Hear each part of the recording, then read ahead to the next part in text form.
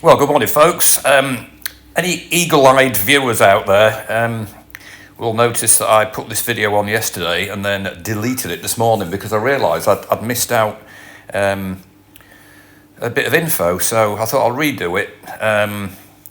So basically, as the title of this video would suggest, it's how to relocate your rectifier regulator, but also how to delete your Evap for nothing.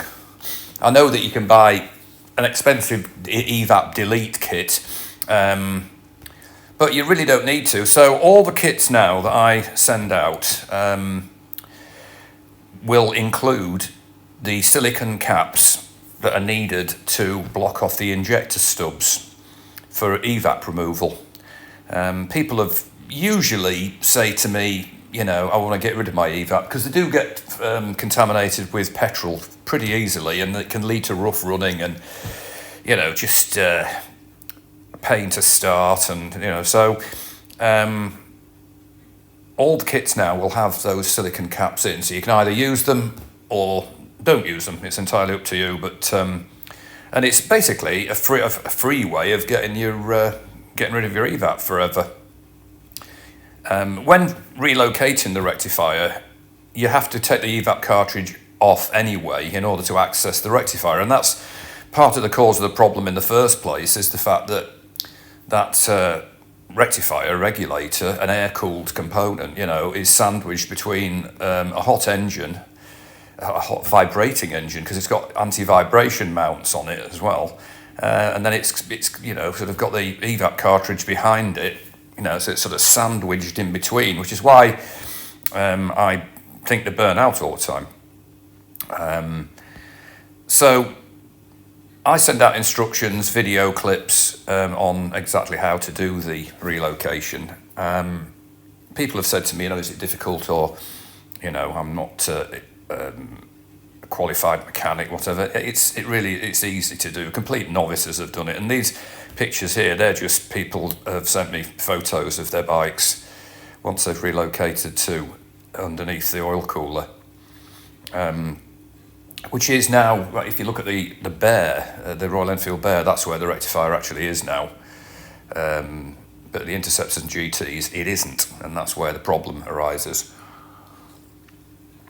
So I make a variety of kits, and people recently asked me about Sidestand switches. Now, I did a video and an autopsy video as well on the Sidestand switch because, you know, they seem to be starting to fail, and they are very, very complicated inside. If you look at the autopsy video, you'll see that there's a lot to it. They can't be bypassed. Nobody has discovered a way of bypassing them. You know, I think one of the wires goes to the throttle position sensor, the other one goes to the ECU, and then there's a third wire, I think, is the earth possibly, but you can't just remove it and bypass it. So I include those in a kit. You know, they're not mandatory. I just, you know, if somebody says, well, look, I want to relocate my rectifier, I want to put a new one on, I want to get rid of my Evap, and I want some silicon caps, and I also want to buy a spare Sidestand switch. So this is where those caps go, as you can see. If you take off the little brushed stainless steel cover that's over the injector bodies, you can see there with the arrow there, that's where they go. And that's all you need to do. You do not need an Evap delete kit. You leave the purge valve connected, and it lives underneath the battery tray, and it's pretty inaccessible. So you leave your purge valve connected, and then simply block off those stubs, and that's it. Having the purge valve, it'll do its thing. It'll open every time you turn the key on. It'll open and close. It's just a very, very basic, simple solenoid, and that keeps the ECU happy. The expensive kit is just a plug-in resistor, you know, that you plug into the wiring harness. Well, you know, it's a bit of a rave, you know, to get these to get it sort of off the bike, to take the purge valve out, so you're better off just leaving it. And there's the silicon cap. So all the kits I do now will include them. Just makes it easier for everybody, I think, and they're the correct diameter. You don't need clamps on them, they just fit over the injector stubs. If you look at your bike, either side, you've got like I think it's a 6mm diameter pipe on the outside. You just pull it off and cap them off with those. This next picture shows a regulator rectifier on its little brackets. As you can see, stainless fasteners, flange nuts and bolts. So you're not going to get rust, my favourite hate. So those alloy brackets, simple but very, very effective, and they just connect underneath the oil cooler using existing holes. And the rectifier itself that comes with certain kits is obviously, it's a Royal Enfield one, a genuine part, as it says there. Same with the Sidestand switch. There is no real aftermarket one. People have said, "Oh, I'm going to fit a MOSFET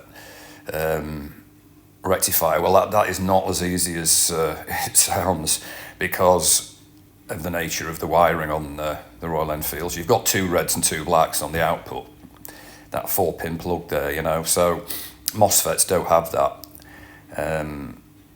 But they're fine if you relocate a sort of, a fairly young, in terms of mileage, rectifier, then it'll be fine. Or you buy a whole new kit with a new one in, and then you start afresh effectively, and you think, well, that's never ever overheated and it's never ever got covered in filth.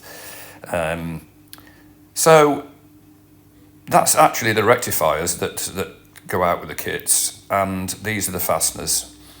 So you can see the brackets, stainless steel, flange nuts and bolts, plenty of cable ties in order to attach the extension cables to the frame. And then, as I say, once you've removed your Evap cartridge, I would just chuck it out and then get your little caps like that. There's nothing to be gained by leaving it on the bike, unless it's mandatory. I know that maybe some US states you probably have to have it. I suppose California, I would think, you'd probably have to have an Evap on it. But ironically, my motorbike garage used to smell of petrol, and when I got rid of the Evap, it's never smelled of petrol again, because my Evap cartridge was full of petrol all the time. So there's your Sidestand switch. They're not very big, they're pretty light, and people, as I say, are often buying a version of the kit that's got a Sidestand switch included and just carrying it as a spare. I've done a video on how to replace it, get it off the bike, and it's a bit involved, but it's not, I did it. So there you go. That's a final shot there of a relocated rectifier on a very, very highly polished bike. Look at those reflections, blimey. That was, I think that was me. Yes, it's me. I'm in the reflection, I think. I did that for somebody who came to my house, I think it's me. Maybe not. But anyway, there it is. So that's what it looks like once you've done it. As I say, I send out video clips, I send out photos, stills, that sort of thing. And it's well worth doing. I would say. So there you go. It's all the kits will have the silicon caps in now. So just a little bit of eye candy there. Another very shiny bike. And a final shot of my machine. This is not me on it, actually. That's my mate.